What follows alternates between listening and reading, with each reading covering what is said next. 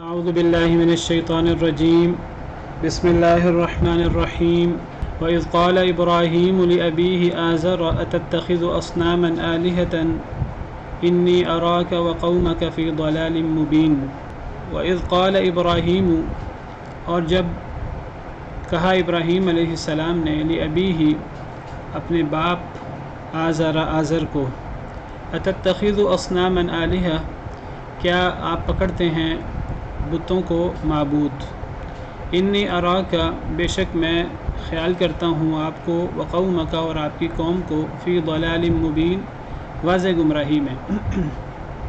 وَإِذْ قَالَ إِبْرَاهِيمُ، اور جب کہا ابراہیم علیہ السلام نے۔ یہ عام طور پہ جب قرآن کریم میں اذ آتا ہے تو جب مراد یہ ہوتا ہے کہ اس وقت کو یاد کرو، اس وقت کو ذہن میں لاؤ، ذرا توجہ کرو کہ جب یہ ہوا، تو گویا کہ نبی کریم صلی اللہ علیہ وسلم کو، جو قرآن کریم کے اولین مخاطب ہیں، اور پھر آپ کے بعد آپ کی امت کو، جس کے لیے اللہ رب العالمین نے یہ قرآن کریم، یہ نسخہ کیمیا نازل فرمایا ہے، اللہ ان کو فرما رہے ہیں کہ ذرا اس وقت کو ذہن میں لاؤ، ذرا اس وقت کو یاد کرو جب کہا ابراہیم علیہ السلام نے اپنے باپ آزر سے کہ کیا آپ بتوں کو معبود بناتے ہیں، میں آپ کو اور آپ کی قوم کو واضح گمراہی میں شمار کرتا ہوں، واضح گمراہی میں خیال کرتا ہوں۔ تو ابراہیم علیہ السلام کے باپ کا نام یہاں آزر آیا ہے۔ بعض مفسرین کا کہنا یہ ہے کہ جو آزر ابراہیم علیہ السلام کا باپ تھا، اس کا نام آزر بھی ہے اور اس کا نام تارخ بھی، بعض اسرائیلیات وغیرہ میں، تفسیری روایات وغیرہ میں اس کا نام تارخ بھی آتا ہے۔ تو یہ دونوں نام ہیں ابراہیم علیہ السلام کے باپ کے۔ بعض کہتے ہیں کہ تارخ لقب ہے اور اصل نام آزر ہے۔ یہاں تک تو بات ٹھیک ہے، لیکن بعض حضرات کا کہنا یہ ہے کہ نہیں، اصل میں آزر ابراہیم علیہ السلام کے چچا کا نام ہے اور ان کے باپ کا نام تارخ ہے۔ یہ بات صحیح نہیں ہے، یہ بات قرآن کریم کے مطابق نہیں ہے۔ قرآن کریم نے حضرت ابراہیم علیہ السلام کے باپ کا نام آزر بیان کیا ہے، تو یہاں بلا وجہ بغیر کسی دلیل کے ہم یہ نہیں کہہ سکتے کہ یہاں باپ سے مراد چچا ہے۔ اگر یہاں باپ سے مراد چچا ہوتا تو اللہ تعالیٰ یہاں وَإِذْ قَالَ إِبْرَاهِيمُ لِعَمِّهِ آزَرَ، جب ابراہیم علیہ السلام نے اپنے چچا آزر کو کہا، یہاں لفظ عم آتا، لیکن جب یہاں لفظ عم استعمال نہیں ہوا، لفظ اب استعمال ہوا ہے، اور اب کا اطلاق ظاہر سی بات ہے، سب کو پتہ ہے عربی زبان میں باپ پر ہوتا ہے، تو اب باپ سے مراد باپ ہی لینا چاہیے، الا یہ کہ کوئی دو ٹوک واضح ایسی آیت ہو، کوئی ایسی صریح حدیث ہو جس سے پتہ لگتا ہو کہ نہیں، آزر تو چچا کا نام ہے۔ جب ایسی کوئی آیت اور ایسی کوئی حدیث نہیں ہے تو پھر آزر حضرت ابراہیم علیہ السلام کے باپ کا نام ہی ہے۔ اب وہ جو اسرائیلیات وغیرہ میں تارخ نام ہے، تو یہ کہا جا سکتا ہے کہ اس کا لقب تارخ تھا اور اس کا اصل نام آزر تھا، لیکن یہ کہنا کہ تارخ باپ تھا اور آزر چچا کا نام ہے، یہ بات صحیح نہیں ہے۔ اصل میں اس کی وجہ بعض لوگ تو اس لیے آزر کو چچا باور کراتے ہیں کہ ان کا خیال یہ ہے کہ انبیاء کرام علیہم السلام کی اصل باپ، دادا اور ان کی اولاد جو صلبی اولاد ہے، وہ اسلام کے علاوہ کسی اور دین پر نہیں ہو سکتی۔ تو بعض لوگوں کا یہ خیال ہے، اس کی بنا پر وہ کوشش کرتے ہیں یہ ثابت کریں کہ آزر حضرت ابراہیم علیہ السلام کے باپ کا نام نہیں ہے، بلکہ آزر تو چچا ہے، تو چچا گمراہ تھا۔ آزر تو قرآن کی روح سے گمراہ ہے، تو چچا گمراہ تھا، تو وہ کہتے ہیں باپ تارخ تھا تو وہ گمراہ نہیں تھا، وہ تو مسلمان تھا۔ تو یہ ایک تکلف ہے بلا وجہ کا، اور یہ قرآن کریم کی ایک واضح آیت کو اس کے اصل سے پھیر کر بلا وجہ تعویل کرنے والی بات ہے جس کی کوئی دلیل نہیں ہے ہمارے پاس قرآن کریم کی کسی دوسری آیت سے، کسی دوسری حدیث مبارکہ سے، تو اسی آیت کو اور قرآن کریم میں دیگر کئی آیات میں بھی حضرت ابراہیم علیہ السلام کے باپ کو ہی جو ہے وہ کافر اور مشرک شمار کیا گیا ہے۔ جیسے یہاں آزر جو بتوں کو معبود سمجھتا تھا، صرف سمجھتا ہی نہیں تھا بلکہ وہ باقاعدہ اپنے ہاتھ سے بناتا بھی تھا، بنا کر بیچتا بھی تھا، گویا کہ وہ بتوں کی عبادت کا کرتا بھی تھا اور داعی بھی تھا۔ اور قرآن کریم کی کئی آیات سے پتہ لگتا ہے کہ حضرت ابراہیم علیہ السلام کا باپ جو ہے وہ گمراہ شخص تھا، وہ مشرک تھا۔ جیسے سورہ مریم کے اندر بھی اور دیگر صورتوں میں بھی اس کا واضح دلائل موجود ہیں۔ جیسے سورہ مریم میں ہے آیت نمبر 43 42، 4-5 آیات میں اس کا ذکر ہے۔ وَاذْكُرْ فِي الْكِتَابِ ابراہیم، اے نبی صلی اللہ علیہ وسلم کتاب میں ابراہیم علیہ السلام کا ذکر کیجیے، اِنَّهُ كَانَ صِدِّيقًا نَبِيًّا، بے شک وہ سچے نبی تھے۔ اذ قال لأبيه يا أبت لم تعبد ما لا يسمع ولا يبصر ولا يغني عنك شيئا، جب انہوں نے اپنے باپ سے کہا اے میرے پیارے باپ، کیوں آپ اس کی عبادت کرتے ہیں جو نہ سنتا ہے، جو نہ دیکھتا ہے اور جو آپ کو کوئی فائدہ نہیں پہنچا سکتا؟ اے میرے پیارے باپ، میرے پاس علم آیا ہے جو آپ کے پاس نہیں آیا، تو آپ میری پیروی کریں، میں آپ کو سیدھا رستہ دکھاؤں گا۔ اے میرے پیارے باپ، لا تعبد الشیطان، آپ شیطان کی پیروی نہ کریں، ان الشیطان کان للرحمن عصیا، بے شک شیطان تو رحمان کا نافرمان ہے۔ یا ابتی، اے پیارے باپ، انی اخاف ان یمسک عذاب من الرحمن، مجھے ڈر ہے کہ آپ اگر اسی روش پہ گامزن رہے اور اسی پر آپ کی وفات ہوئی تو آپ کو پھر رحمان سے عذاب آئے گا، آپ پھر اللہ کے غضب کے اور اللہ کی جہنم کے مستحق ہوں گے، والعیاذ باللہ، فتکون للشیطان ولیا، تو آپ شیطان کے دوست ہوں گے۔ تو باپ کے پاس کوئی دلیل نہیں تھی حضرت ابراہیم علیہ السلام کی ان فطری اور ان دو ٹوک واضح باتوں کی، تو باپ غصے میں آ گیا اور غصے میں آ کر کہنے لگا اے ابراہیم، تم میرے معبودوں سے تم بے رغبتی کرتے ہو، اگر تم باز نہ آئے تو میں تمہیں پتھر مار مار کے مار دوں گا، تو تم مجھے چھوڑ کے چلے جاؤ۔ تو ان آیات کریمہ سے واضح طور پہ پتہ لگتا ہے، اگرچہ یہاں نام آزر موجود نہیں ہے، کہ حضرت ابراہیم علیہ السلام کا باپ جو ہے وہ اسلام پر نہیں تھا، توحید پر نہیں تھا۔ تو اور بھی دیگر کئی آیات سے پتہ لگتا ہے کہ حضرت ابراہیم علیہ السلام نے اپنے باپ اور اپنی قوم کے عقیدے سے برات کا اظہار کیا۔ جیسے یہ سورہ زخرف آیت نمبر 26 ہے، وَإِذْ قَالَ إِبْرَاهِيمُ لِأَبِيهِ وَقَوْمِهِ إِنَّنِي بَرَاءٌ مِّمَّا تَعْبُدُونَ، اور جب کہا ابراہیم علیہ السلام نے اپنے باپ اور اپنی قوم سے، بے شک میں بیزار ہوں اس سے جو تم عبادت کرتے ہو، تم اللہ کو چھوڑ کر جن کی عبادت کرتے ہو، جن کو تم اللہ کو چھوڑ کر معبود بناتے ہو، تم جو شرک کرتے ہو۔ حضرت ابراہیم علیہ السلام نے اپنے باپ سے بھی کہا اور اپنی قوم سے بھی کہا، تو جن کی تم عبادت کرتے ہو میں ان سے بیزار ہوں، الا الذی فطرنی، سوائے اس کے جس نے مجھے پیدا کیا، فإنہ سیہدین، تو وہ مجھے عنقریب ہدایت دے گا۔ تو اس سے پتہ لگا کہ حضرت ابراہیم علیہ السلام کا باپ اور ان کی قوم وہ مشرک تھی اور وہ جو ہے وہ اللہ کے علاوہ اوروں کی عبادت کرتے تھے۔ تو اس وجہ سے یہ تعویل کرنے کی کوشش کرنا کہ نہیں یہ آزر تو حضرت ابراہیم علیہ السلام کے چچا کا نام ہے، یہاں باپ سے مراد چچا ہے، اور قرآن کریم میں جہاں بھی لفظ اب ہے اس سے مراد چچا ہے، تو یہ صحیح بات نہیں ہے قرآن کریم کی، یہ بات صریح خلاف ہے۔ یہ کہا جا سکتا ہے کہ باپ کا اصل نام آزر تھا، لقب طارق تھا، اس میں کوئی حرج کی بات نہیں ہے، لیکن یہ کہنا کہ اصل نام طارق تھا اور آزر چچا کا نام تھا اور طارق مسلمان تھا، چچا گمراہ تھا اور نبیوں کے باپ دادا یا نبیوں کی اولاد گمراہ نہیں ہو سکتی، وہ مشرک نہیں ہو سکتی، بالکل ہو سکتی ہے۔ جیسے حضرت ابراہیم علیہ السلام کے باپ کے بارے میں قرآن کریم میں بہت ساری ایسی آیات ہیں، اور جیسے سیدنا نوح علیہ السلام کے بیٹے کے بارے میں آتا ہے کہ وہ مسلمان نہیں تھا، وہ کفر پر تھا، اور جب اللہ رب العالمین کا عذاب آیا اور جب وہ بارشیں ہوئیں، سیلاب آیا، حضرت نوح علیہ السلام نے اسے دعوت دی اسلام کی اور کہا کہ تم ہمارے ساتھ کشتی میں سوار ہو جاؤ، تو اس نے انکار کیا اور اس نے کہا کہ میں تو پہاڑ میں پناہ لے لوں گا اور یہ پہاڑ مجھے اس سیلاب سے بچا لے گا۔ حضرت نوح علیہ السلام نے بعد میں دعا بھی کی اپنے بیٹے کے بارے میں، اور اللہ رب العالمین کی طرف سے انہیں تنبیہ بھی ہوئی. اس کا تفصیلی ذکر سورہ ہود میں موجود ہے. تو اس سے پتہ لگتا ہے کہ ہدایت اللہ رب العالمین کے ہاتھ میں ہے. اللہ رب العالمین چاہے تو نبی کا باپ بھی نبی پر ایمان نہ لائے، نبی کے چچا، نبی کے رشتہ دار بھی نبی پر ایمان نہ لائیں.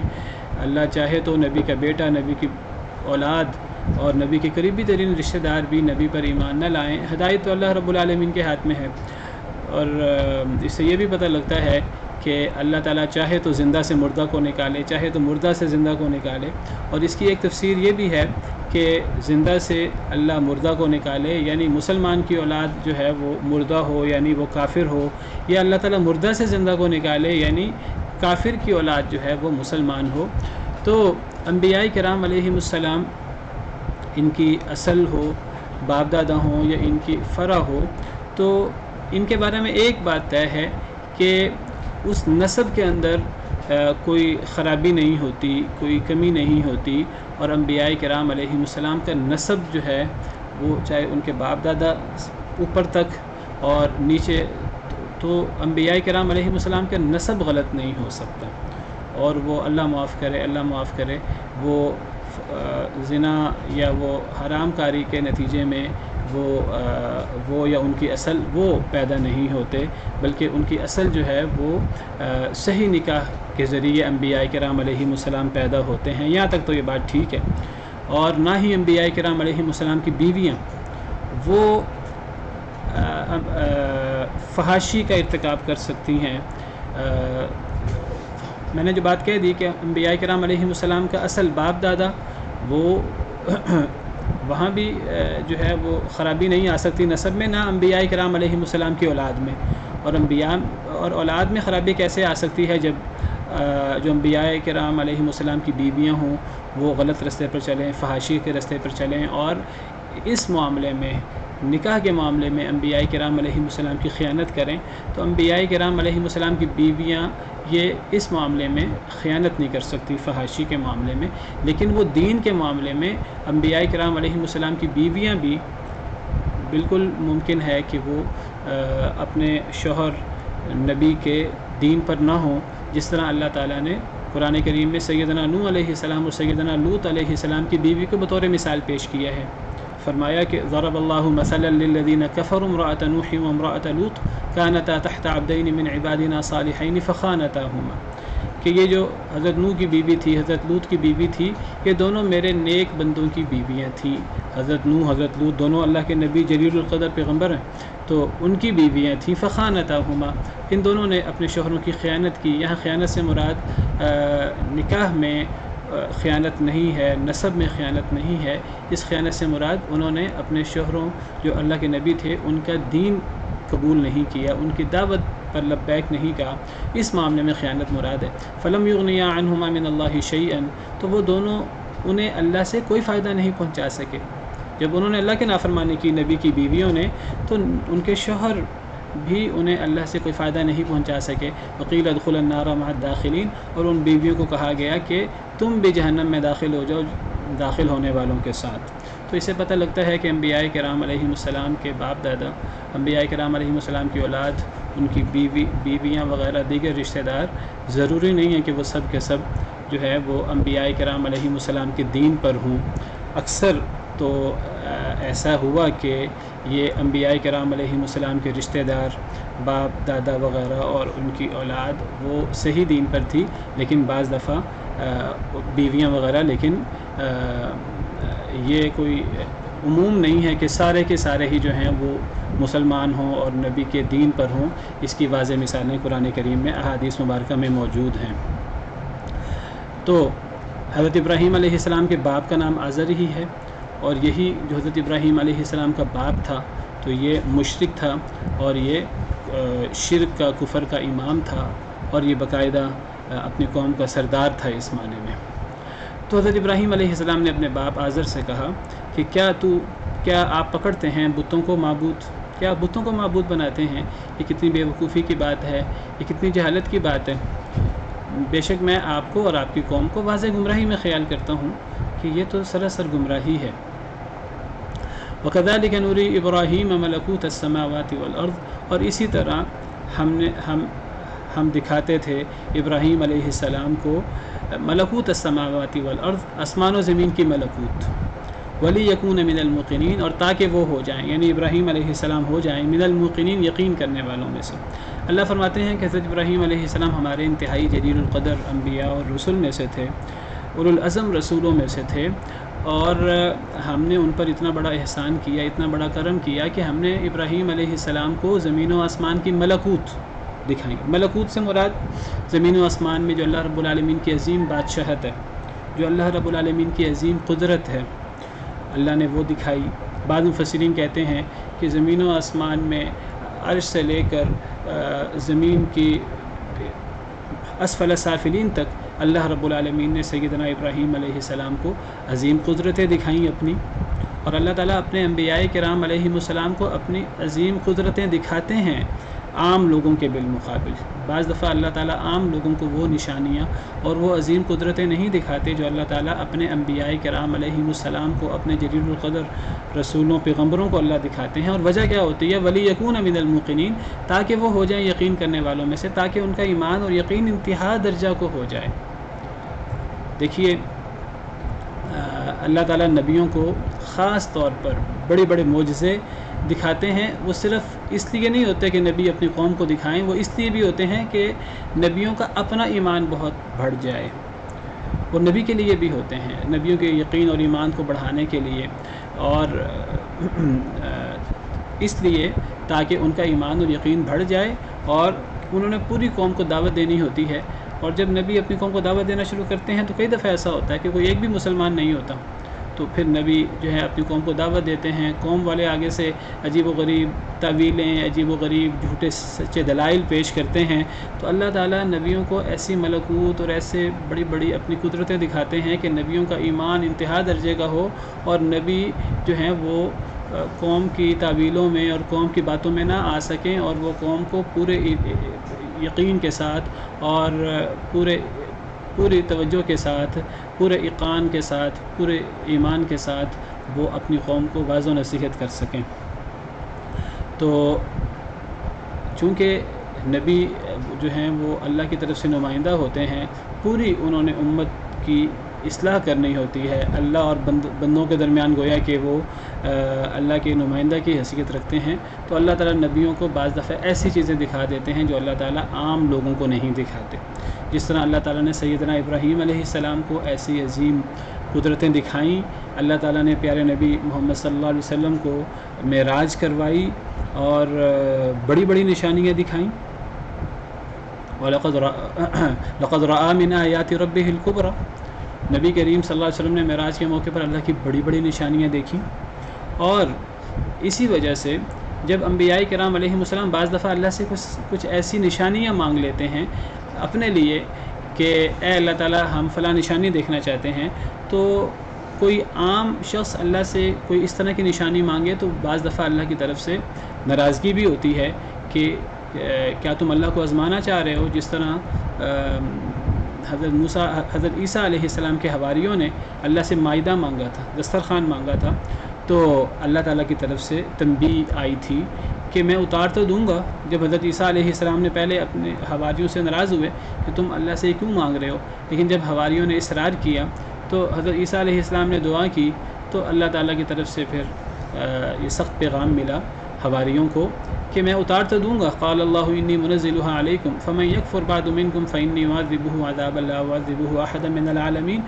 اگر جس نے انکار کیا پھر میں ایسا عذاب دوں گا، پھر مہلت نہیں ملے گی، پھر میں ایسا عذاب دوں گا جو عذاب میں نے کبھی کسی کو دیا نہیں ہوگا۔ جب امتی کوئی ایسا مطالبہ کریں، نہ ماننے والے ایسا کوئی مطالبہ کریں تو اللہ کی طرف سے تنبیہ اور ناراضگی ہوتی ہے، لیکن نبی اللہ سے کوئی ایسا مطالبہ کریں تو اللہ نبیوں کا ایسا مطالبہ پورا کر دیتے ہیں۔ جیسے سیدنا ابراہیم علیہ السلام کے بارے میں ہی قرآن کریم میں موجود ہے سورہ بقرہ میں کہ ایک دفعہ حضرت ابراہیم علیہ السلام نے اللہ تعالیٰ سے تقاضا کیا کہ اے اللہ تعالیٰ میں دیکھنا چاہتا ہوں کہ آپ مردوں کو کیسے زندہ کرتے ہیں۔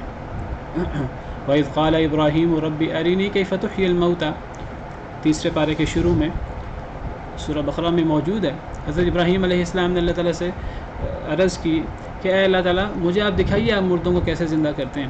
تو اللہ نے پوچھا قال اولم تؤمن، کیا ایمان نہیں لائے ابھی تک ایمان نہیں ہے؟ تو عرض کرنے لگے قال بلا ولکن لیطمئن قلبی، کیوں نہیں، ایمان تو پورا ہے، اطمینان قلب مزید چاہتا ہوں.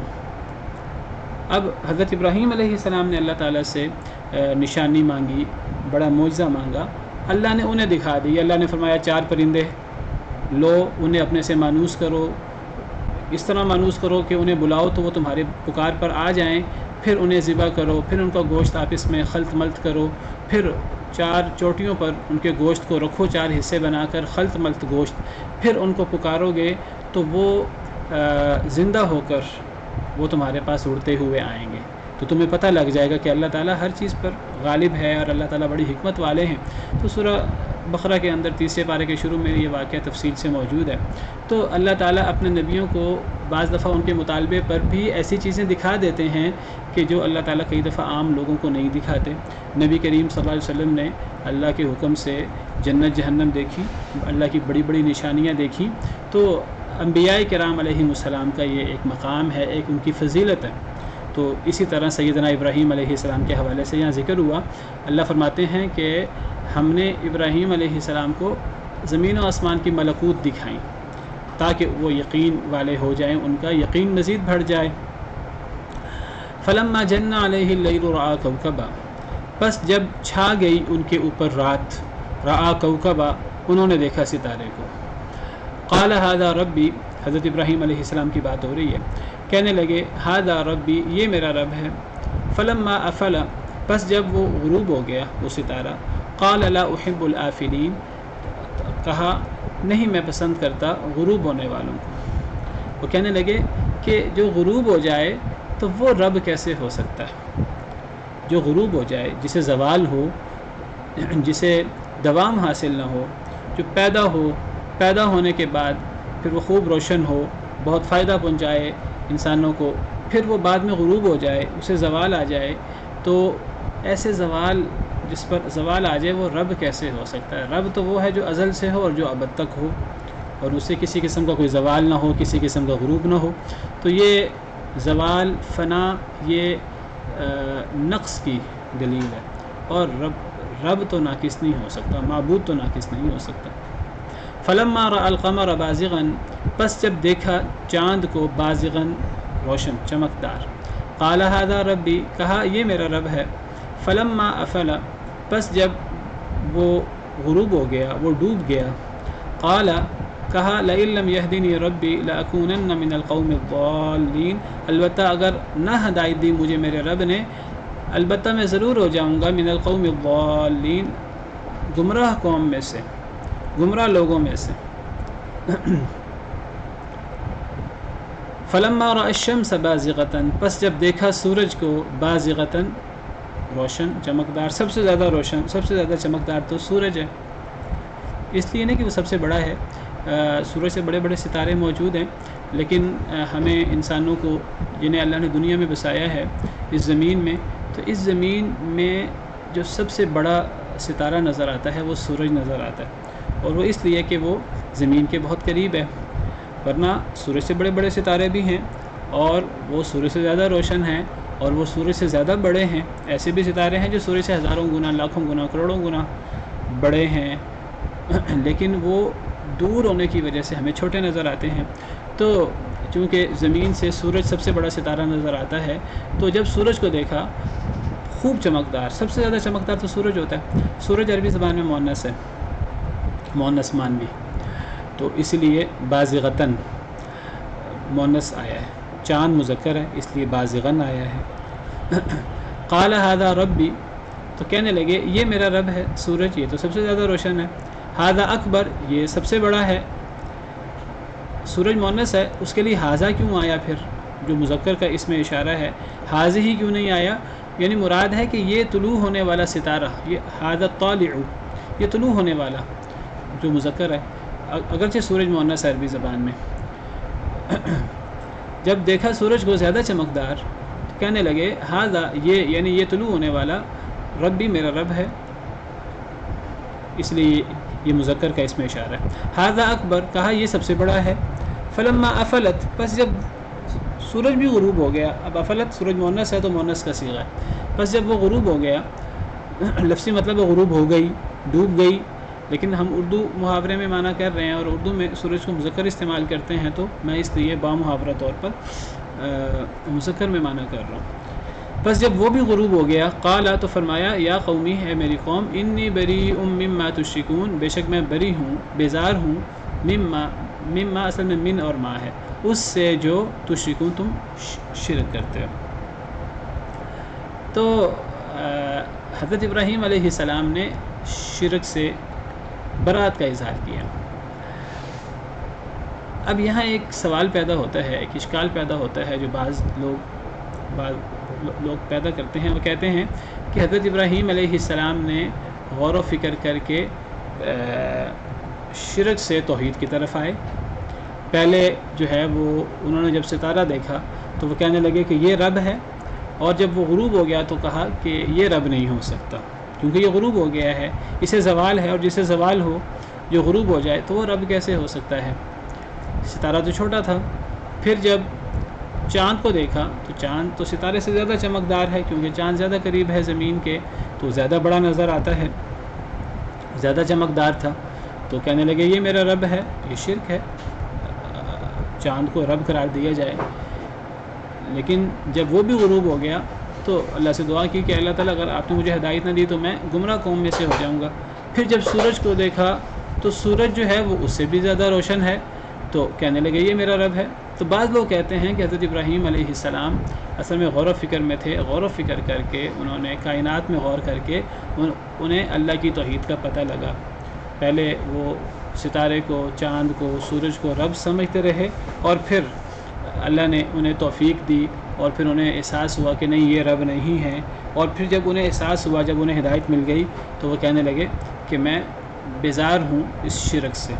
بعض لوگوں کی یہ رائے ہے، لیکن یہ رائے واللہ عالم، اللہ بہتر جانتے ہیں، صحیح نہیں ہے. وہ کہتے ہیں اصل میں حضرت ابراہیم علیہ السلام جب حضرت موسیٰ علیہ السلام کی طرح، آپ کو پتہ ہے جب حضرت موسیٰ علیہ السلام پیدا ہوئے جس زمانے میں، اس زمانے میں فرعون جو تھا وہ لڑکوں کو قتل کرتا تھا. تو بعض لوگوں کا کہنا یہ ہے کہ جب حضرت ابراہیم علیہ السلام پیدا ہوئے تو تب بھی جو بادشاہ تھا نمرود، وہ لڑکوں کو قتل کرتا تھا. تو حضرت ابراہیم علیہ السلام کو جب وہ پیدا ہوئے تو ایک چھپتے چھپاتے غار کے اندر وہ پیدا ہوئے، اور پھر وہ غار کے اندر ہی پلے بڑھے. تو جب وہ غار کے اندر پلے بڑھے، جب وہ بڑے ہوئے کچھ، تو وہ جنگل میں تھے، تو وہاں انہوں نے اس طرح کر کے اپنے رب کی توحید کو پہچانا. لیکن یہ بات جو ہے وہ صحیح سند کے ساتھ ثابت نہیں ہے.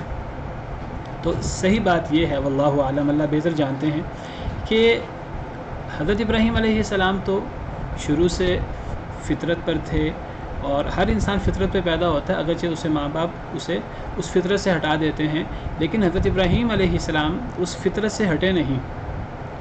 وہ اپنے باپ کی وجہ سے وہ شرک میں مبتلا نہیں ہوئے بچپن میں، کہ وہ ستاروں کو، چاند کو اور سورج کو رب سمجھیں، شروع میں رب سمجھتے ہوں اور پھر آہستہ آہستہ توحید کی طرف آگے ہوں. ایسی بات نہیں ہے، بلکہ یہ جو سارا واقعہ ہے یہ اصل میں حضرت ابراہیم علیہ السلام کا اپنی قوم کے ساتھ مکالمہ ہے.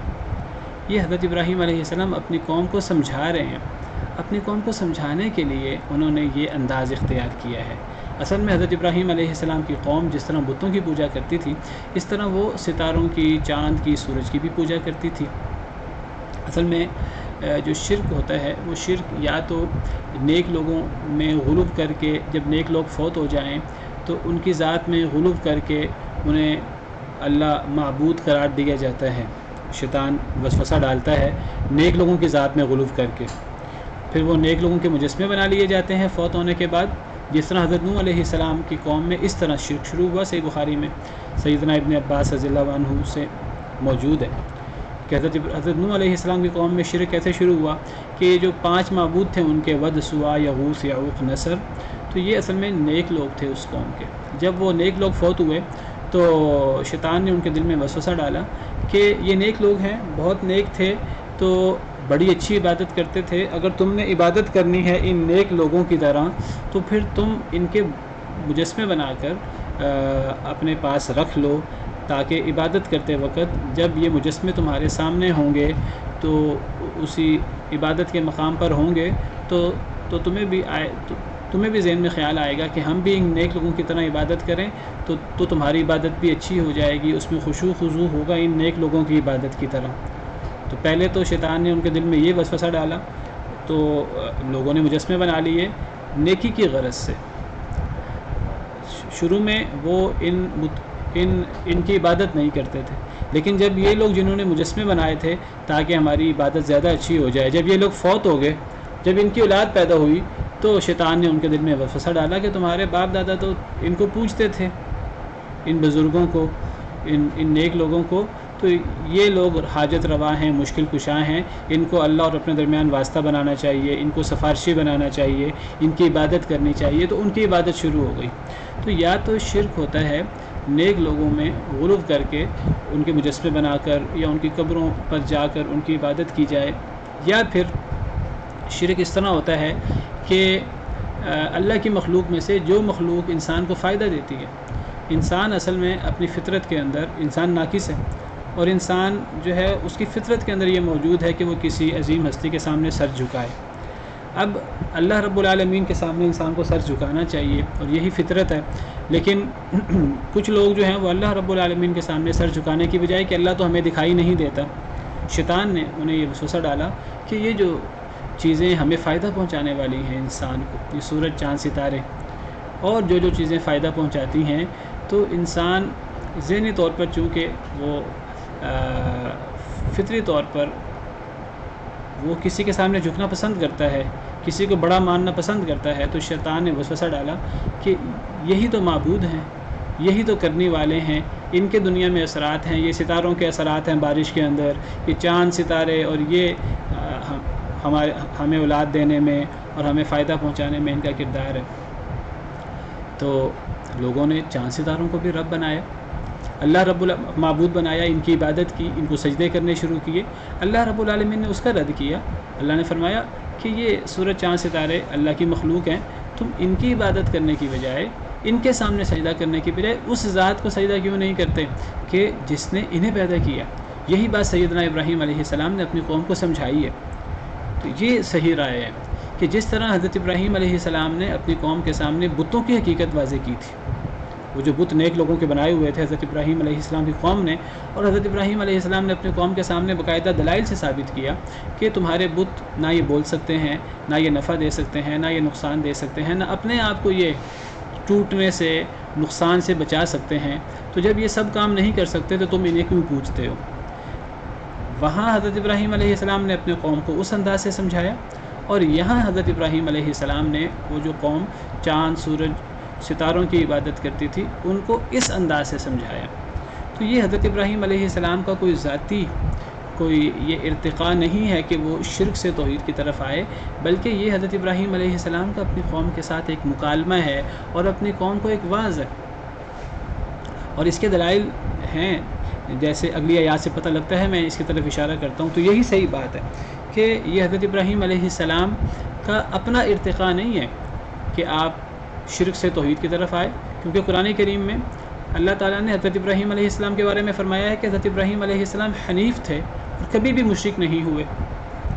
قرآن کریم میں جہاں بھی حضرت ابراہیم کا ذکر آتا ہے تو وہاں ابراہیم حنیفہ ولم یکن من المشرکین، ان ابراہیم کان امۃ قانتا للہ حنیفہ ولم یکن من المشرکین۔ ابراہیم علیہ السلام ایک امت تھے یا ایک امام تھے، قانتا للہ حنیفہ، اللہ کے فرما بردار تھے اور اللہ کے ساتھ وہ صرف ایک اللہ والے تھے۔ ولم یکن من المشرکین، اور وہ مشرک نہیں تھے، کبھی بھی انہوں نے شرک نہیں کیا، نہ بچپن میں نہ بڑے ہو کر۔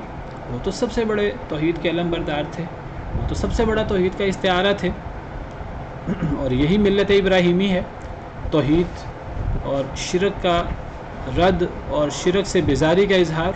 یہ حضرت ابراہیم علیہ السلام نے بھی کیا، حضرت ابراہیم علیہ السلام کے پیروکاروں نے بھی کیا، اور اسی چیز کو حضرت ابراہیم علیہ السلام کو اور ان کے پیروکاروں کو اسی چیز میں ہمارے لیے اسوہ بنایا گیا ہے۔ قد کانت لکم اسوۃ حسنۃ فی ابراہیم والذین معہ، تمہارے لیے ابراہیم علیہ السلام میں اور ان کے ساتھ جو ایمان لائے تھے ان میں اسوہ حسنہ ہے۔ اسی جو توحید کا تصور بہترین تصور تھا سیدنا ابراہیم علیہ السلام میں، تو حضرت ابراہیم علیہ السلام نے کبھی بھی شرک نہیں کیا۔ تو یہ جو سارا معاملہ ہے، یہ حضرت ابراہیم علیہ السلام نے دل سے ستاروں کو، چاند کو اور سورج کو رب نہیں سمجھا، بلکہ وہ اپنی قوم کو سمجھاتے ہوئے کہہ رہے ہیں کہ جب ستاروں کو دیکھا، ستارے کو دیکھا، بڑے روشن ستارے کو، تو کہنے لگے یہ میرا رب ہے تمہارے مطابق، تمہارے گمان کے مطابق یہ میرا رب ہے۔ جب وہ غروب ہو گیا کہنے لگے یہ رب کیسے ہو سکتا ہے، تمہاری بات کتنی غلط ہے۔ پھر جب چاند کو دیکھا تو کہنے لگے کہ یہ میرا رب ہے تمہارے گمان کے مطابق۔ پھر جب وہ غروب ہو گیا تو کہنے لگے یہ رب کیسے ہو سکتا ہے، کہنے لگے اللہ تعالیٰ جو ہے وہ ہدایت دے تو اس گمراہی سے بچنا چاہیے۔ پھر جب سورج کو دیکھا تو کہنے لگے یہ میرا رب ہے تمہارے گمان کے مطابق، یہ سب سے بڑا ہے۔ جب وہ بھی غروب ہو گیا تو کہنے لگے، اب انہوں نے اپنی اصل بات کی، سمجھایا اپنی قوم کو۔ تو اس سے پتہ لگتا ہے قوم کو لاجک کے ساتھ، عقلی دلائل کے ساتھ سمجھانا چاہیے۔ اگر وہ نصوص کے دلائل نہ سمجھیں اور نصوص کو ماننے پر تیار نہ ہوں تو ان کو لاجک کے ساتھ، عقل کے ساتھ سمجھانا چاہیے۔ جس طرح ابراہیم علیہ السلام نے یہاں یہ ستاروں اور چاند سورج کی عبادت کو لاجک کے ساتھ اور عقلی دلائل کے ساتھ رد کیا، اسی طرح وہاں دوسرا واقعہ جو سورہ انبیاء میں اور سورہ صافات میں موجود ہے، وہاں انہوں نے بتوں کی بے وقتی کو، اور نہ وہ اپنے آپ کو ٹوٹنے سے بچا سکتے ہیں، نہ کسی کو نفع نقصان دے سکتے ہیں، تو وہ معبود کیسے ہو سکتے ہیں، تو وہاں اس کو انہوں نے لاجک کے ساتھ اور عقلی دلائل سے ثابت کیا۔ تو یہاں سورج چاند ستارے کی جو عبادت ہے اس کو رد کیا لاجک کے ساتھ، عقلی دلائل کے ساتھ۔ تو یہ حضرت ابراہیم علیہ السلام کا گویا کہ اپنی قوم کے ساتھ ایک مکالمہ ہے، اور قرآن کریم کی اگلی آیات جو ہیں وہ اس پر دلالت کرتی ہیں۔ اس سے یہ ثابت ہوتا ہے اگلی آیات سے، کیسے ثابت ہوتا ہے میں بتاتا ہوں ابھی۔ انی وجہت وجہی للذی فطر السماوات والارض حنیفا، بے شک میں نے رخ کر لیا ہے اپنے چہرے کا، للذی اس ذات کے لیے، فطر السماوات والارض حنیفا جس نے پیدا کیا ہے آسمانوں اور زمین کو، حنیفا یک طرفہ ہو کر، وما انا من المشرکین، اور میں مشرک نہیں ہوں۔ حضرت ابراہیم نے ببانگ دہل کہا کہ اے میری قوم، یہ دیکھو ثابت ہو گیا کہ سورج چاند ستارے یہ رب نہیں ہو سکتے، اور دیکھو میں بھی مشرک نہیں ہوں، میں پکا موحد ہوں، اور میں نے اپنے چہرے کو اپنا رخ کر لیا ہے اپنے چہرے کا اس ذات کی طرف جو زمین و آسمان کو پیدا کرنے والا ہے، جو ان ستاروں کو پیدا کرنے والا ہے، جو زمین و آسمان کے ہر مخلوق کو پیدا کرنے والا ہے۔ میں نے اپنے چہرے کا رخ اس ذات کی طرف کر لیا ہے، میں یک طرفہ طور پر صرف اس کی عبادت کرتا ہوں، میرا اسی سے صرف تعلق ہے عبادت کا، میرا کسی اور سے کوئی تعلق نہیں ہے اس قسم کا، میں مشرک نہیں۔ انی وجہت وجہیہ، بے شک میں نے رخ کر لیا ہے اپنے چہرے کا۔ یہاں چہرہ استعمال ہوا ہے، چہرہ ایک عضو ہے انسان کا، اور یہ سب سے عظیم عظمت والا عضو ہے چہرہ، اور جز بول کر، ایک عظیم عضو بول کر، بڑا عضو بول کر پوری شخصیت مراد لی جاتی ہے، تو یہاں چہرہ بول کر پوری شخصیت مراد لی ہے۔ یعنی مراد یہ نہیں کہ صرف میرا چہرہ اللہ کی طرف ہے، باقی میرے اعضاء وہ اللہ کے لیے نہیں ہیں، وہ اللہ کے لیے عبادت نہیں کرتے، بس میرا چہرہ اللہ کے سامنے جھکا ہوا ہے، نہیں، مراد یہ ہے کہ میں نے رخ کر لیا ہے اپنے چہرے کا، یہ چہرہ بول کر پوری شخصیت مراد لی ہے۔ جس طرح کئی دفعہ سر بول کر پوری شخصیت مراد دی جاتی ہے، عدد رؤوس کہا جاتا ہے۔ عدد رؤوس کا لفظی مطلب ہے سروں کی تعداد، مراد اس سے لوگ ہوتے ہیں کہ کتنے لوگ ہیں۔ جس طرح انگلش میں ہم کہتے ہیں کہ یہ 5 پھل ہیں، 5 سیب ہیں، تو یہ 5 لوگ ہیں، پر ہیڈ 1 دے دو، یا 10 سیب ہیں تو پر ہیڈ 2 دے دو۔ پر ہیڈ کا کیا مطلب ہے؟ ہیڈ یعنی سر بول کر پوری شخصیت مراد دی جاتی ہے، جز بول کر ایک بڑا ایسا عضو کہ جو ایک اہمیت والا عضو ہے وہ بول کر بعض دفعہ کل مراد لیا جاتا ہے۔ تو یہاں چہرہ بول کر پوری شخصیت مراد لی جاتی ہے۔ جس طرح غلام کی بات ہوتی ہے تو غلام کو عربی میں رقبہ کہہ دیتے ہیں، حالانکہ رقبہ کا مطلب گردن ہے، چونکہ غلام کی گردن اپنے آقا کے سامنے جھکی ہوتی ہے، وہ اپنے آقا کے سامنے تابع ہوتا ہے، وہ اس کی خدمت کرتا ہے، تو غلام کو رقبہ کہہ دیتے ہیں، حالانکہ رقبہ گردن کو کہتے ہیں۔ تو یہاں وجہ بول کر پورا انسان مراد لیا ہے، مراد پوری شخصیت مراد ہے، یعنی مراد یہ ہے کہ میری پوری شخصیت میرے پورے اعضاء، میرا پورا جسم، میری زندگی، میری موت، میری عبادت، میری نماز، میری ہر چیز، میرا پورا جسم جو ہے وہ اللہ رب العالمین کے لیے ہے، اس کی طرف رخ کیے ہوئے ہے جس نے زمین و آسمان کو پیدا کیا ہے۔ یہ بالکل ویسی بات ہے جیسے نبی صلی اللہ علیہ وسلم نے فرمایا قل ان صلاتی و نسکی و محیای و مماتی للہ رب العالمین لا شریک لہ۔ اے اللہ کے نبی صلی اللہ علیہ وسلم آپ فرما دیجئے میری نماز، میری عبادت، میری قربانی اور میری زندگی، میری موت اللہ رب العالمین کے لیے ہے۔ اسی معنی میں سیدنا ابراہیم علیہ السلام نے فرمایا کہ میرا چہرہ، میرا پورا جسم، وہ اس کا رخ اللہ کی طرف ہے جس نے زمین و آسمان کو پیدا کیا یک طرفہ طور پر، اور میں مشرک نہیں ہوں۔ وحاجہ قومہ، جھگڑا کیا ان سے ان کی قوم نے۔ یہ ہے وہ جھگڑا، یہ پیچھے بھی اصل میں یہ جھگڑا چل رہا ہے، یہ بحث و مباحثہ چل رہا ہے۔ حضرت ابراہیم علیہ السلام انہیں دلائل سمجھا رہے ہیں، وہ مان نہیں رہے۔ جس طرح حضرت ابراہیم علیہ السلام نے انہیں بتوں کی حقیقت سمجھائی تھی، وہ مانے نہیں تھے۔ انہوں نے کہا تھا کہ ابراہیم علیہ السلام کو آگ میں ڈال دو، قالوا حرقوه وانصروا آلهتکم۔ بتوں کے واقعے کے بعد سورہ انبیاء میں موجود ہے، جب انہیں جواب نہیں آیا تو وہ کہنے لگے کہ اس کو جلا دو، اپنے بتوں کی مدد کرو۔ تو یہاں جب حضرت ابراہیم علیہ السلام نے اپنی قوم کو واعظ کیا، نصیحت کی عقلی دلائل کے ساتھ، لاجک کے ساتھ، تو جھگڑا کرنا شروع کر دیا۔ انہوں نے بات نہ مانی حضرت ابراہیم علیہ السلام کی، جھگڑا کیا ان سے ان کی قوم نے۔ قال، تو حضرت ابراہیم علیہ السلام نے فرمایا اتحاجونی فی اللہ وقد ہدان، کیا تم جھگڑا کرتے ہو مجھ سے اللہ کے بارے میں؟ وقد ہدان، اور تحقیق وہ مجھے ہدایت دے چکا ہے۔ وقد اور تحقیق، ہدایت دے چکا ہے وہ، نی مجھے، یہ جو نون ہے، نون زیر نی، اس کے آگے یا تھی، وہ گری ہوئی ہے، تو یہ نون کی زیر بتا رہی ہے کہ اس کے آگے یا تھی۔ اصل عبارت ہے وقد ہدانی، تو یا گری ہوئی ہے۔ تم مجھ سے اللہ کے بارے میں جھگڑا کرتے ہو کہ اللہ کے علاوہ یہ سورج، چاند، ستارے بھی معبود ہیں، تو تم مجھ سے کیوں جھگڑا کرتے ہو؟ اللہ کے دلائل سے میں تمہیں بات سمجھا رہا ہوں، اللہ نے مجھے توحید کی ہدایت دی ہے، تو تم مجھ سے کیوں جھگڑا کرتے ہو؟ تم مجھے کیوں شرک کی طرف لے جانا چاہتے ہو؟ ولا اخاف ما تشركون به الا ان يشاء ربي شيئا، اور نہیں میں ڈرتا ان سے جن کو تم شریک بناتے ہو اللہ کے ساتھ، الا ان يشاء ربي شيئا، مگر یہ کہ چاہے میرا رب کچھ۔ یعنی یہ وہی بات جو اکثر مشرکین موحدین کو ڈراتے ہیں۔ وہ کہتے ہیں اگر تم نے ہمارے بابوں کو، ہمارے پیروں کو، ہمارے بزرگوں کو نہ مانا تو ہمارے بزرگ تمہیں نقصان پہنچائیں گے، تمہاری ٹانگ ٹوٹ جائے گی، تم بیمار ہو جاؤ گے، وہ تمہیں ہلاک کر دیں گے۔ جس طرح آج بھی اللہ معاف کرے بہت سے لوگ جو ہیں وہ کہتے ہیں کہ اگر فلاں ہمارے بزرگوں کو اگر آپ نے نہ مانا، فلاں بڑے کرنے والے ہیں، فلاں بڑے حاجت روا مشکل کشاں ہیں، اگر ان کو نہ مانا تو بڑا نقصان ہوگا، بڑا نقصان ہوگا۔ حضرت ابراہیم علیہ السلام کو بھی ان کے قوم والے یہی کہتے تھے۔ حضرت ابراہیم علیہ السلام اکیلے تھے بیچارے، یا ان کے ساتھ بہت تھوڑے لوگ تھے، تو حضرت ابراہیم علیہ السلام جب دعوت دیتے اپنی قوم کو تو قوم والے ڈراتے اپنے معبودوں سے کہ جی آپ کا نقصان ہو جائے گا، بیمار ہو جائیں گے، آپ کو وہ ہلاک کر دیں گے، نقصان پہنچائیں گے۔ تو حضرت ابراہیم علیہ السلام فرمانے لگے کہ میں نہیں ڈرتا، جن کو تم شریک بناتے ہو اللہ کے ساتھ، میں ان سے نہیں ڈرتا۔ وہ میرے ساتھ جو کرنا چاہتے ہیں کر لیں، وہ مجھے مارنا چاہتے ہیں مار دیں، وہ مجھے بیمار کرنا چاہتے ہیں، وہ میری ہاتھ بازو توڑنا چاہتے ہیں، مجھے جو نقصان میرا کرنا چاہتے ہیں کر لیں، وہ میں ان سے نہیں ڈرتا۔ الا ان یشاء ربی شیئا، مگر یہ کہ چاہے میرا رب کچھ۔ ہاں اگر میرا رب چاہے گا تو مجھے نقصان ہو سکتا ہے، ورنہ مجھے کوئی نقصان نہیں پہنچا سکتا۔ نہ تم مجھے نقصان پہنچا سکتے ہو، تم تمام مل کر، اور نہ تمہارے سب معبود مل کر مجھے نقصان پہنچا سکتے ہیں۔ ہاں اگر اللہ کا حکم ہو تو پھر اللہ کا حکم تو پھر وہ نافذ ہوتا ہے، اگر اللہ چاہے پھر ہو سکتا ہے، ورنہ نہیں ہو سکتا۔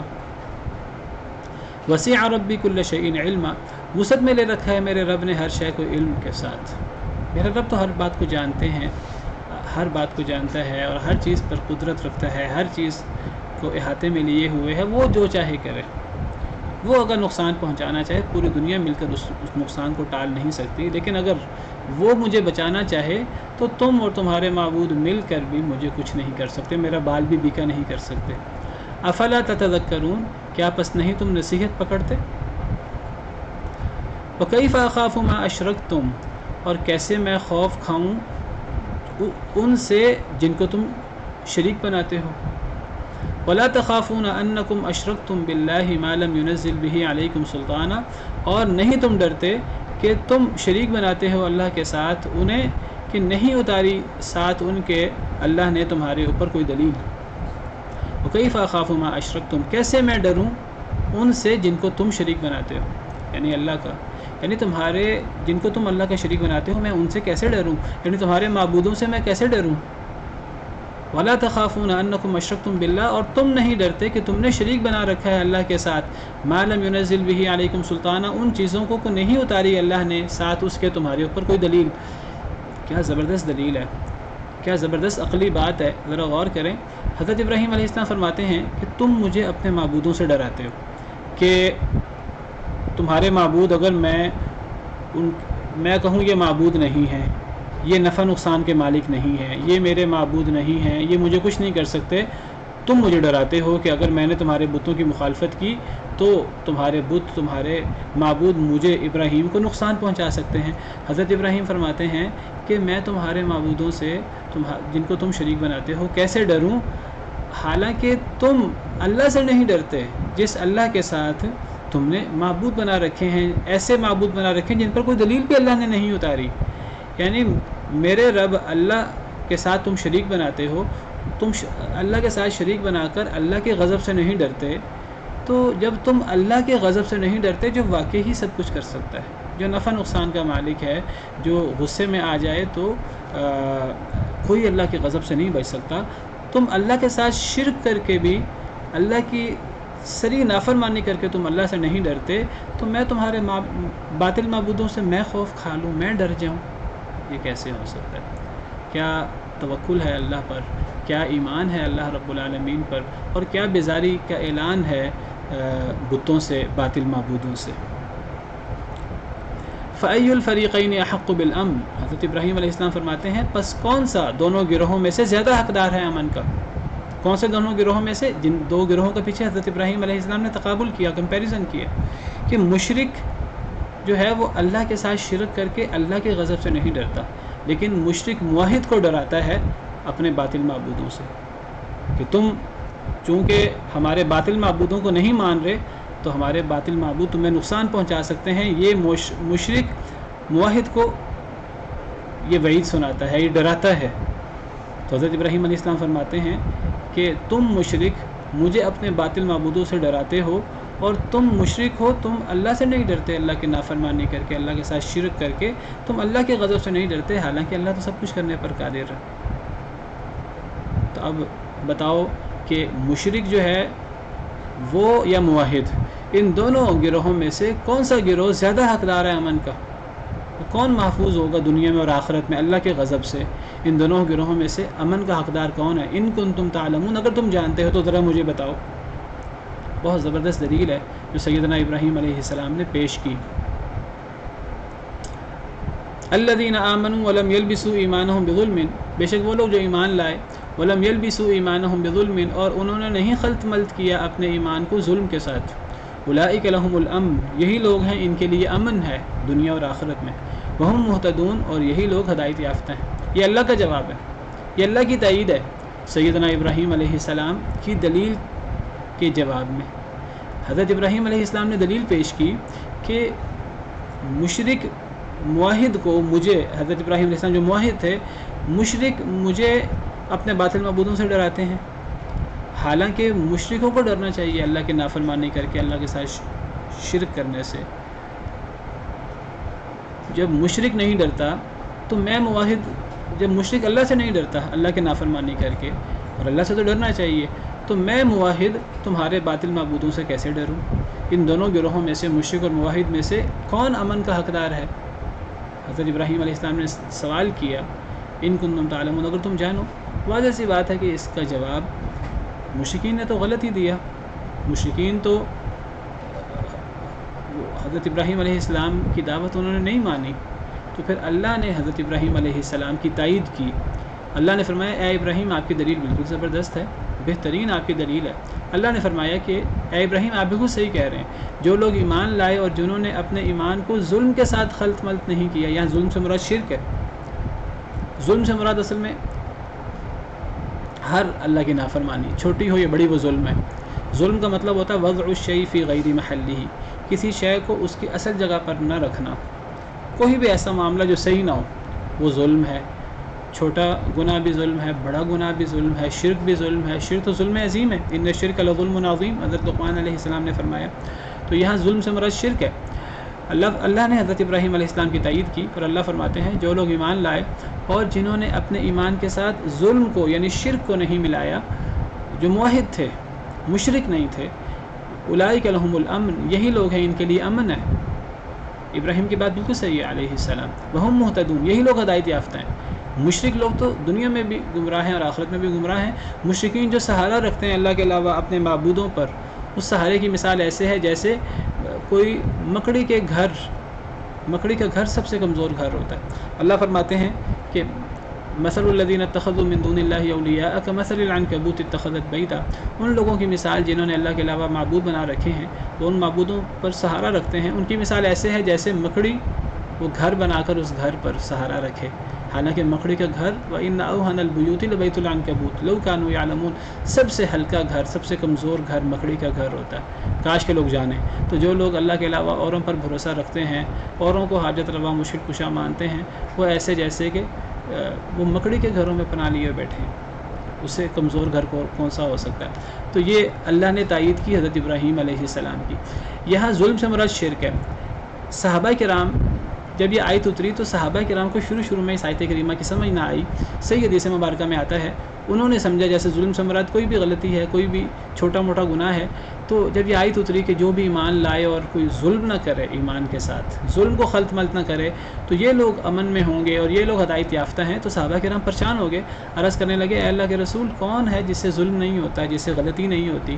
تو کیا جس سے بھی ایمان کے بعد کوئی بھی غلطی ہو گئی تو کیا وہ پھر امن میں نہیں ہوگا، قیامت کے دن ہدایت یافتہ نہیں ہوگا؟ تو نبی صلی اللہ علیہ وسلم نے فرمایا کہ اے میرے صحابہ، تم نے وہ سورہ لقمان کی آیت نہیں پڑھی، تم نے لقمان حکیم کی بات نہیں سنی، جنہوں نے اپنے بیٹے کو نصیحت کرتے ہوئے کہا تھا یا بنی لا تشرک باللہ ان الشرک لظلم عظیم، اے میرے پیارے بیٹے اللہ کے ساتھ شرک نہ کرنا، بے شک شرک ظلم عظیم ہے۔ تو یہاں ظلم سے مراد شرک ہے۔ وَتِلْكَ حُجَّتُنَا آتَيْنَاهَا إِبْرَاهِيمَ عَلَىٰ قَوْمِهِ، یہ ہماری دلیل تھی، یہ ہماری حجت تھی جو ہم نے ابراہیم علیہ السلام کو ان کی قوم کے برخلاف دی تھی۔ اللہ فرماتے ہیں یہ جو حضرت ابراہیم علیہ السلام کی دلیل تھی، جس کا پیچھے ذکر ہوا کہ تم مجھے اپنے معبودوں سے ڈراتے ہو، میں تمہارے معبودوں سے کیسے ڈروں حالانکہ تم اللہ سے نہیں ڈرتے، جو واقعی حاجت روا ہے، مشکل کشا ہے، نقصان دینے پر قادر ہے۔ تمہارے باطل معبود تو نقصان دینے پر قادر نہیں ہے، نفع نقصان پر قادر نہیں ہے، میں ان سے کیسے ڈروں؟ تم اللہ سے نہیں ڈرتے، تمہیں اللہ سے ڈرنا چاہیے۔ اللہ فرماتے ہیں یہ ایسی دلیل تھی جو ہم نے ابراہیم علیہ السلام کو دی تھی ان کی قوم کے خلاف، یہ ہم نے ابراہیم علیہ السلام کو سجھائی تھی، یہ ہم نے ابراہیم علیہ السلام کے دل میں ڈالی تھی۔ نرفع درجات من نشاء، ہم بلند کرتے ہیں درجات جس کے ہم چاہیں، ان ربک حکیم علیم، بے شک آپ کا رب بہت حکمت والا، بہت جاننے والا ہے۔ تو دیکھیے بار بار حجت کا اور جھگڑے کا ذکر آ رہا ہے، تو یہ وہی جھگڑا ہے جو سیدنا ابراہیم علیہ السلام کو اور ان کی قوم کا ہوا ستاروں اور چاند اور سورج کی عبادت کے بارے میں۔ تو اس سے پتہ لگتا ہے کہ یہ حضرت ابراہیم علیہ السلام کا کوئی ذاتی واقعہ نہیں ہے کہ پہلے انہوں نے ستاروں اور چاند اور سورج کو رب سمجھا اور پھر آہستہ آہستہ وہ غور و فکر کر کے اللہ کی توحید تک پہنچے، نہیں، بلکہ یہ حضرت ابراہیم علیہ السلام کا اپنی قوم سے مکالمہ ہے، اور وہ اپنی قوم کو سمجھاتے ہوئے وہ یہ بات کر رہے تھے، اور قوم کے گمان کے مطابق بات کر رہے تھے کہ یہ میرا رب ہے تمہارے گمان کے مطابق، جیسے تم کہتے ہو چلو وقتی طور پر اگر فرض کر لیں کہ یہ رب ہے، تو پھر وہ ساتھ ساتھ عقلی طور پر اس کے رب ہونے کی تردید کرتے جا رہے تھے۔ تو یہ دلائل ہیں جو اللہ رب العالمین نے سیدنا ابراہیم علیہ السلام کو شرک کے خلاف دیے، توحید کے حق میں دیے، اور حضرت ابراہیم علیہ السلام نے یہ دلائل، عقلی دلائل، لاجیکل دلائل، وہ اپنی قوم کے سامنے پیش کیے اور اپنی قوم پر دلائل کے ذریعے پوری طرح حاوی ہو گئے۔ اللہ رب العالمین نے ان کی مدد کی۔ وقت ختم ہو گیا، اسی پر بس کرتے ہیں۔ سبحان ربک رب العزت عما یصفون وسلام علی المرسلین والحمد للہ رب العالمین۔